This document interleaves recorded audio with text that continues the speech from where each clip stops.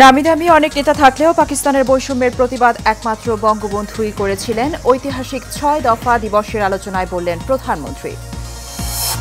দ্রব্যমূল্যের চাপ কমাতেই বাজেটের আকার কমানো হয়েছে, বাজেটোত্তর সংবাদ সম্মেলনে অর্থমন্ত্রী। মূল্যস্ফীতি নিয়ন্ত্রণে অব্যাহত থাকবে সংকোচন নীতি। এবং বাজেটের রাজস্ব আহরণের লক্ষ্যমাত্রা পূরণ নিয়ে শঙ্কা সিপিডির, বাস্তবসম্মত নয় জিডিপির প্রবৃদ্ধি, দুর্নীতিকে উৎসাহিত করা বাজেট, মন্তব্য বিএনপির।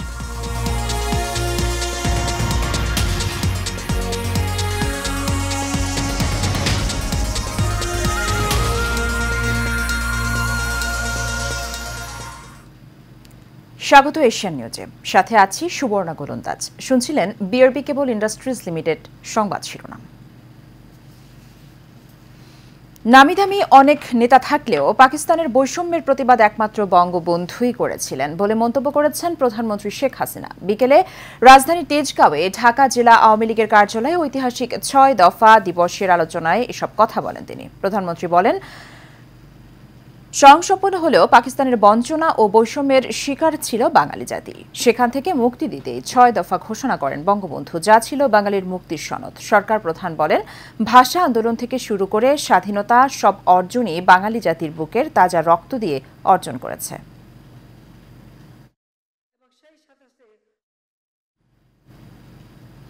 ঐতিহাসিক ৬ দফা দিবসের উপলক্ষে জাতির পিতা বঙ্গবন্ধু শেখ মুজিবুর রহমানের প্রতিকৃতিতে ফুল দিয়ে শ্রদ্ধা জানিয়েছেন প্রধানমন্ত্রী শেখ হাসিনা। দিবসটি উপলক্ষে সরকার প্রধানের শ্রদ্ধা নিবেদনের পর আওয়ামী লীগ এবং দলটির অঙ্গ ও সহযোগী সংগঠনের নেতাকর্মীরা বঙ্গবন্ধুর প্রতিকৃতিতে শ্রদ্ধা জানান। এ সময় ক্ষমতাসীন দলটির সাধারণ সম্পাদক বলেন, যারা ৬ দফা মানে না তারাই বাংলাদেশের স্বাধীনতায় বিশ্বাস করে না। কাউসার আহমেদের রিপোর্টে বিস্তারিত। বাংলাদেশের স্বাধীনতা সংগ্রামের ইতিহাসে এক অবিস্মরণীয় ঘটনা বঙ্গবন্ধুর ৬ দফা ঘোষণা। তাই তো দিবসটি উপলক্ষে ধানমন্ডিতে জাতির পিতা বঙ্গবন্ধু শেখ মুজিবুর রহমানের প্রতিকৃতিতে ফুল দিয়ে শ্রদ্ধা জানিয়েছেন প্রধানমন্ত্রী শেখ হাসিনা। পুষ্পস্তবক অর্পণের পর কিছু সময় নীরবে দাঁড়িয়ে থাকেন তিনি। পরে আওয়ামী লীগ সভাপতি হিসেবে দলের শীর্ষ নেতাদের সঙ্গে আবারও জাতির পিতার প্রতিকৃতিতে শ্রদ্ধা নিবেদন করেন শেখ হাসিনা। এ সময় দলটির অঙ্গ ও সহযোগী সংগঠনের নেতাকর্মীরাও দিবসটি উপলক্ষে শ্রদ্ধা জানান। পরে আওয়ামী লীগের সাধারণ সম্পাদক বলেন, ৬ দফা স্বাধীনতা সংগ্রামের টার্নিং পয়েন্ট। যারা ৬ দফা মানে না তারা বাংলাদেশের স্বাধীনতায় বিশ্বাস করে না। আজকে আমাদের ইতিহাসে বাঁক পরিবর্তনকারী, it was a turning point in our history. স্বাধিকার সংগ্রামের চূড়ান্ত পর্যায়ে বলেন, জাতির পিতা বঙ্গবন্ধু শেখ মুজিবুর রহমানের হত্যাকারীরাই ৭৫ পরবর্তী সময়ে ৭ মার্চ ও ৭ জুন পালন করতে দেয়নি। এইসব দিবস ৭৫-এর পর নিষিদ্ধ করে দেয়। যারা নিষিদ্ধ করে দেয় তারা খুনের সঙ্গে ৭৫-এর তারা জড়িত। ৬ দফা দিবস উপলক্ষে নানা কর্মসূচি হাতে নিয়েছে আওয়ামী লীগ। কাউসার আহমেদ, এশিয়ান টেলিভিশন, ঢাকা। ঐতিহাসিক ৬ দফা দিবস আজ ৫৮ বছর আগে ১৯৬৬ সালের এই দিনে বঙ্গবন্ধু ঘোষিত ৬ দফার পক্ষে দেশব্যাপী তীব্র গণ আন্দোলনের সূচনা হয়। ৬ দফা ছিল শোষণের বিরুদ্ধে বাঙালির সাহসী উচ্চারণ, যা কয়েক বছরের ব্যবধানে হয়ে ওঠে বাঙালির প্রাণের দাবি, যার পথ ধরে আজকের বাংলাদেশ। বিস্তারিত দেখুন নূর মোহাম্মদ ভূঁইয়ার রিপোর্টে।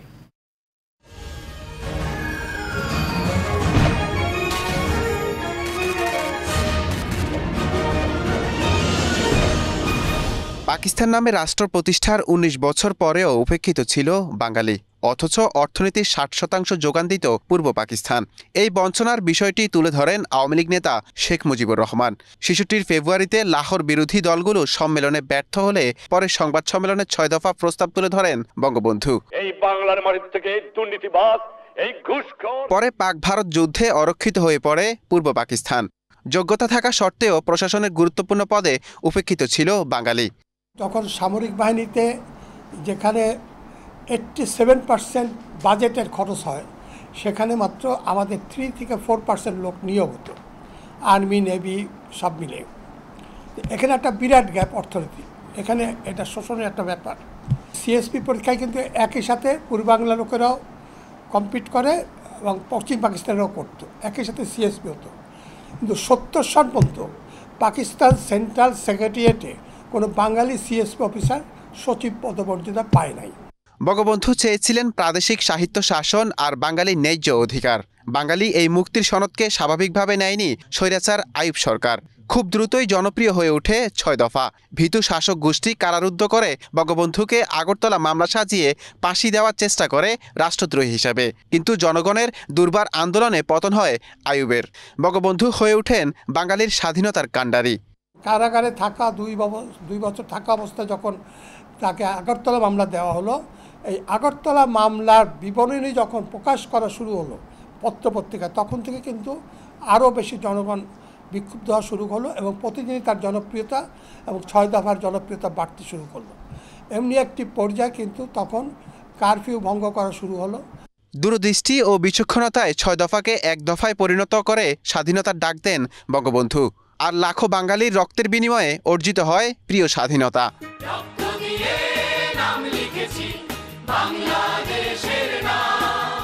নূর মোহাম্মদ ভূঁইয়া, এশিয়ান টেলিভিশন, ঢাকা।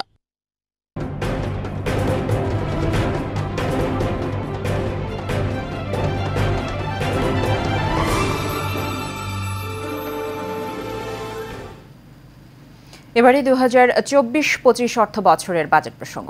মূল্যস্ফীতি নিয়ন্ত্রণে সংকোচনশীল নীতি আরও কিছুদিন চলমান থাকবে। সরকারের গৃহীত পদক্ষেপে মূল্যস্ফীতির হার সহনীয় পর্যায়ে নেমে আসবে বলে মন্তব্য করেছেন অর্থমন্ত্রী আবুল হাসান মাহমুদ আলী। আজ রাজধানীর ওসমানী স্মৃতি মিলনায়তনে অর্থ মন্ত্রণালয়ে আয়োজিত বাজেটোত্তর সংবাদ সম্মেলনে তিনি এ মন্তব্য করেন। অর্থমন্ত্রী বলেন, বিশ্ব বাণিজ্যে অস্থিরতা বাংলাদেশের মূল্যস্ফীতি বৃদ্ধির কারণ। এক্ষেত্রে মূল্যস্ফীতি নিয়ন্ত্রণে সরকারের সংকোচন নীতি অব্যাহত থাকবে। পাশাপাশি নিত্য প্রয়োজনীয় পণ্য আমদানির জন্য শুল্ক কমানো হয়েছে। দ্রব্যমূল্য যেন চাপ না পড়ে তাই বাজেটের আকার কমানো হয়েছে বলেও জানান মন্ত্রী। তিনি জানান, কৃষি, শিল্প ও সেবা খাতে যেসব সেবা দেওয়া হচ্ছে তা অব্যাহত থাকবে। 2025 সালের পর নিয়োগ পাওয়া সরকারি কর্মচারীরা সার্বজনীন পেনশন স্কিমে যুক্ত হবেন। ব্যাংক ঋণ জিডিপির 5% নেয়াতে দুশ্চিন্তার কারণ নেই বলেও মন্তব্য করেন অর্থমন্ত্রী। বাজেটে 15% কর দিয়ে কালো টাকা সাদা করার সুযোগ দেওয়ার মানে হলো নিয়মিত যারা কর দেন তাদেরকে তিরস্কৃত করা বলে সমালোচনা করেছে গবেষণা প্রতিষ্ঠান centre for policy dialogue CPD. এছাড়াও উচ্চ মূল্যস্ফীতি ও রিজার্ভ সংকটের এই পরিস্থিতিতে অর্থনৈতিক স্থিতিশীলতা ফিরিয়ে আনতে বাজেটে বিশেষ কোনো উদ্যোগ নেওয়া হয়নি বলেও দাবি করেন সিপিডি। বিস্তারিত রকিব মালিকের রিপোর্টে। 2024-25 অর্থ বছরের বাজেট পেশ করার একদিন পর বঙ্গবন্ধু আন্তর্জাতিক সম্মেলন কেন্দ্রে সাংবাদিকদের সঙ্গে বাজেট পর্যালোচনা নিয়ে কথা বলেন সেন্টার ফর পলিসি ডায়ালগ সিপিডির নির্বাহী সভাপতি ফাহমিদা খাতুন। তিনি বলেন, বাজেটে এনবিআর এর রাজস্ব আয়ের লক্ষ্যমাত্রা, জিডিপি প্রবৃদ্ধিও যে লক্ষ্যমাত্রা ধরা হয়েছে সেগুলো অর্জন করা সম্ভব হবে না। 9% এটা প্রবৃদ্ধিটা হবে। আমরা ইতিমধ্যেই দেখছি যে আসলে সরকার অনেক ব্যক্তি খাতের বিশেষ করে ব্যাংকগুলো থেকে ঋণ নিচ্ছে এবং তাছাড়া ঋণের বিনিয়োগের পরিবেশ অনেক দিন থেকেই কিন্তু স্থবির অবস্থায় রয়েছে। এখন এই 9% একটা প্রাক্কলন করা হচ্ছে। এই 9% ঋণ দিয়ে আপনার সেই যে ব্যক্তি খাতের বিনিয়োগ বাড়ানো 27%-এর উপরে, সেটা কতখানি বাস্তবসম্মত সেটা প্রশ্নবিদ্ধ। সিপিডির সম্মানীয় ফেলো অধ্যাপক মুস্তাফিজুর রহমান বলেন, আওয়ামী লীগ সরকারের নির্বাচনী ইশতেহারের সঙ্গে প্রস্তাবিত বাজেট সাংঘর্ষিক রয়েছে। কর বৃদ্ধির প্রস্তাবনা করা হয়েছে যা মানুষের উপর বাড়তি চাপ তৈরি হবে। আওয়ামী লীগের যে নির্বাচনী ইশতেহার, আমার যদি ভুল না হয় অধ্যায় 3, সেখানে স্পষ্টভাবে বলা আছে দুর্বৃত্তায়ন, তারপরে এই যারা নাকি বিভিন্নভাবে কর খেলাপি, ঋণ খেলাপি ইত্যাদির বিরুদ্ধে শূন্য সহিষ্ণুতার কথা সেখানে উল্লেখ আছে। সুতরাং এখন যেটা আর কি দেয়া হচ্ছে এটা অবশ্যই সাংঘর্ষিক। সিপিডি গবেষণা পরিচালক গোলাম মোয়াজ্জেম বলেন, অর্থমন্ত্রী কোনো বাস্তবসম্মত বাজেট দিতে পারেনি। সামষ্টিক অর্থনীতি স্থিতিশীলতা গুরুত্বের সঙ্গে দেখার বিষয়, কিন্তু বাজেটে সরকারের ব্যয় সংকোচন করার কোনো প্রবণতা নেই। ভ্যাট বৃদ্ধির ফলে এবারের বাজেটে সাধারণ মানুষের জন্য খাদ্য বহির্ভূত মূল্যস্ফীতি বড় মাথাব্যথার কারণ হবে। এই নতুন যে টার্গেট যেটি করছেন সরকার 8% থেকে কমিয়ে 6.5% করবেন, এটা কমানো তো দূরে থাক, বরঞ্চ আরও মূল্যস্ফীতিকে উস্কে দিতে পারে। যে জায়গাতে খাদ্য মূল্যস্ফীতি কমানোর জন্য শুল্ক ছাড় দেওয়া হয়েছে, সেই শুল্ক ছাড়গুলো প্রকারান্তরে আমাদের অতীত অভিজ্ঞতা বলে এগুলো আসলে আমদানি পর্যায়ে আমদানিকারকের পকেটেই চলে যায়। পাশাপাশি যে খাতগুলোতে শুল্ক ছাড় দেওয়া হয়েছে সে সুবিধা আমদানিকারকের পকেটে চলে যায়, ভোক্তারা সুবিধা পায় না বলেও দাবি করেন সিপিডি। রকিব মানিক, এশিয়ান টেলিভিশন, ঢাকা। এদিকে বাজেটে 15% কর দিয়ে কালো টাকা সাদা করার বিধান দুর্নীতিকে উৎসাহিত করবে বলে মন্তব্য করেছেন বিএনপির স্থায়ী কমিটির সদস্য ব্যারিস্টার জমির উদ্দিন সরকার।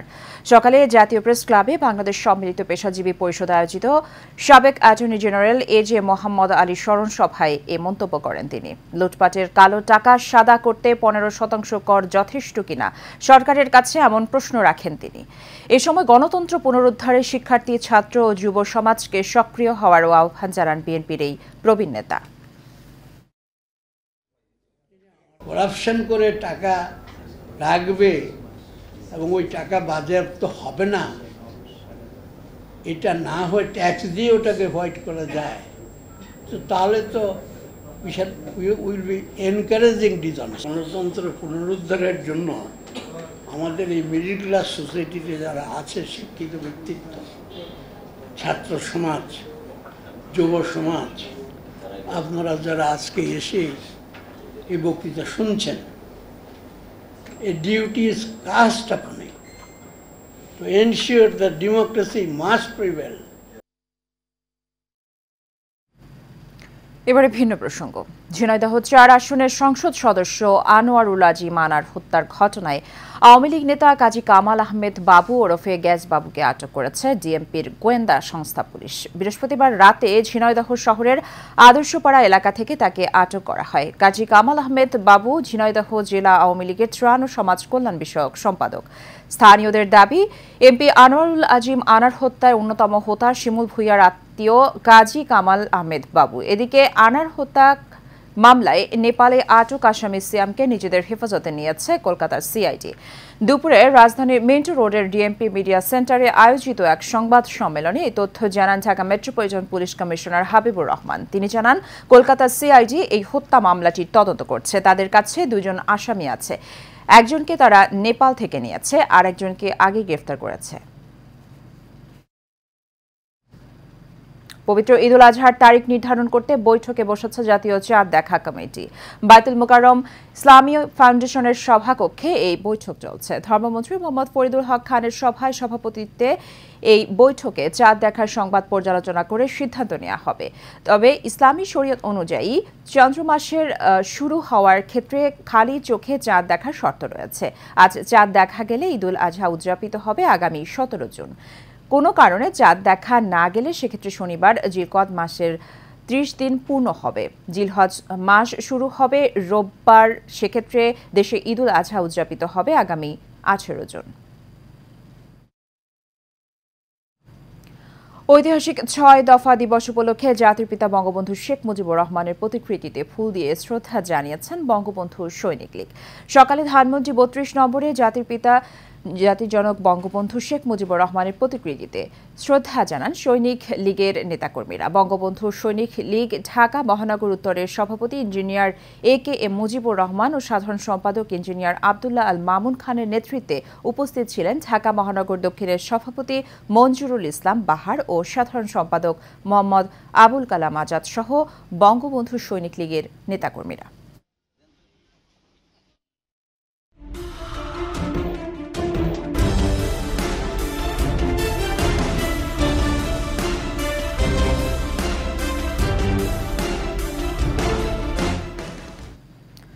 নওগাঁর মহদেবপুর উপজেলার সবাইকে নিয়ে ঐক্যবদ্ধভাবে সুসংগঠিত করে স্মার্ট বাংলাদেশ গড়ে তোলার প্রত্যয় ব্যক্ত করেন মহদেবপুর উপজেলা পরিষদের নবনির্বাচিত চেয়ারম্যান মাসুদুর রহমান মাসুদ। সকালে উপজেলার আওয়ামী লীগ পার্টি অফিসে ঐতিহাসিক ৭ জুন ৬ দফা দিবস উপলক্ষে আলোচনা সভায় তিনি এই প্রত্যয় ব্যক্ত করেন। তিনি আরো বলেন, মহদেবপুরকে দুর্নীতিমুক্ত করা সহ স্মার্ট মহদেবপুরে পরিণত করতে সব প্রস্তুতি নেওয়া হবে। এ সময় মহদেবপুর উপজেলা পরিষদের ভাইস চেয়ারম্যান আহসান হাবিব, মহিলা ভাইস চেয়ারম্যান মার্জিয়া সুলতানা, তৃষা সহ আওয়ামী লীগের অঙ্গ সংগঠনের অন্যান্য নেতৃবৃন্দরা উপস্থিত ছিলেন।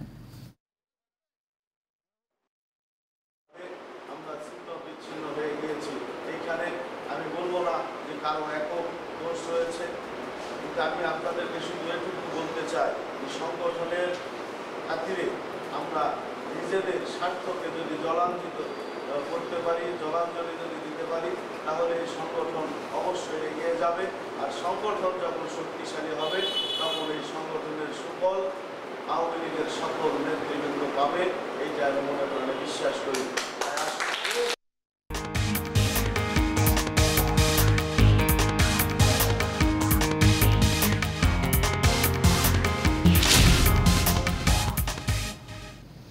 এবারে আন্তর্জাতিক প্রসঙ্গ। ভারতের ক্ষমতাসীন দল বিজেপির নেতৃত্বাধীন এনডিএ জোটের নবনির্বাচিত সংসদ সদস্যদের বৈঠক শেষ হয়েছে।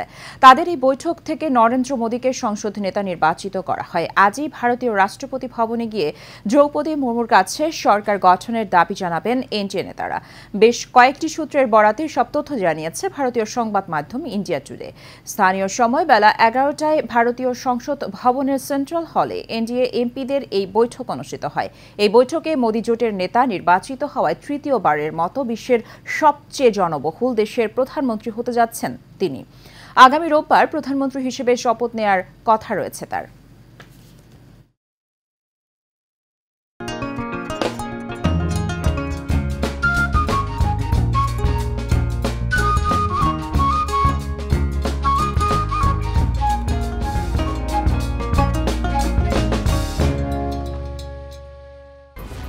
এক্সপার্ট B500 CWR স্বাধীনতার সুবর্ণ জয়ন্তীতে নতুন বাংলাদেশ গড়ার প্রত্যয় HM স্টিল B500 CWR।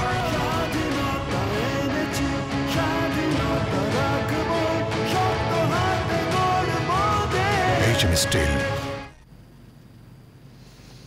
চট্টগ্রামে বাংলাদেশ ডেন্টাল পরিষদের প্রতিষ্ঠা বার্ষিকী সম্মেলন অনুষ্ঠিত হয়েছে। সম্মেলনে ডেন্টাল ডিপ্লোমা সনদের স্বীকৃতির দাবি জানানো হয়। লায়ন দীপক কান্তি বড়ুয়ার সভাপতিত্বে নগরীর একটি কনভেনশন হলে সম্মেলনের উদ্বোধন করেন স্বাধীনতা চিকিৎসক পরিষদ চট্টগ্রাম জেলার সভাপতি ডাক্তার সেলিম আক্তার চৌধুরী। প্রধান অতিথি ছিলেন চট্টগ্রাম জেলা পরিষদের চেয়ারম্যান এটি এমপিয়ারুল ইসলাম। প্রধান বক্তা ছিলেন স্বাধীনতা চিকিৎসক পরিষদ চট্টগ্রাম জেলা সহ সভাপতি ডাক্তার আনম মিনহাজুর রহমান। বিশেষ অতিথি ছিলেন ডাক্তার নূপুর কান্তি দাস, মোহাম্মদ মোশাররফ হোসেন মোল্লা, লায়ন মোহাম্মদ কামাল হোসেন।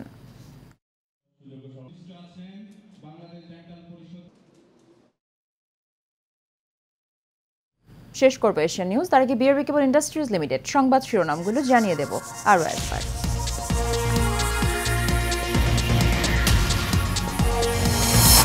নামি দামি অনেক নেতা থাকলেও পাকিস্তানের বৈষম্যের প্রতিবাদ একমাত্র বঙ্গবন্ধুই করেছিলেন, ঐতিহাসিক ৬ দফা দিবসের আলোচনায় বললেন প্রধানমন্ত্রী। দ্রব্যমূল্যের চাপ কমাতেই বাজেটের আকার কমানো হয়েছে, বাজেটোত্তর সংবাদ সম্মেলনে অর্থমন্ত্রী। মূল্যস্ফীতি নিয়ন্ত্রণে অব্যাহত থাকবে সংকোচন নীতি। এবং বাজেটের রাজস্ব আহরণের লক্ষ্যমাত্রা পূরণ নিয়ে শঙ্কা সিপিডির, বাস্তবসম্মত নয় জিডিপির প্রবৃদ্ধি, দুর্নীতিকে উৎসাহিত করার বাজেট, মন্তব্য বিএনপির। এশিয়ান নিউজ এ পর্যন্তই। আমাদের পরবর্তী সংবাদ দেখার আমন্ত্রণ রইল। ধন্যবাদ সাথে থাকার জন্য।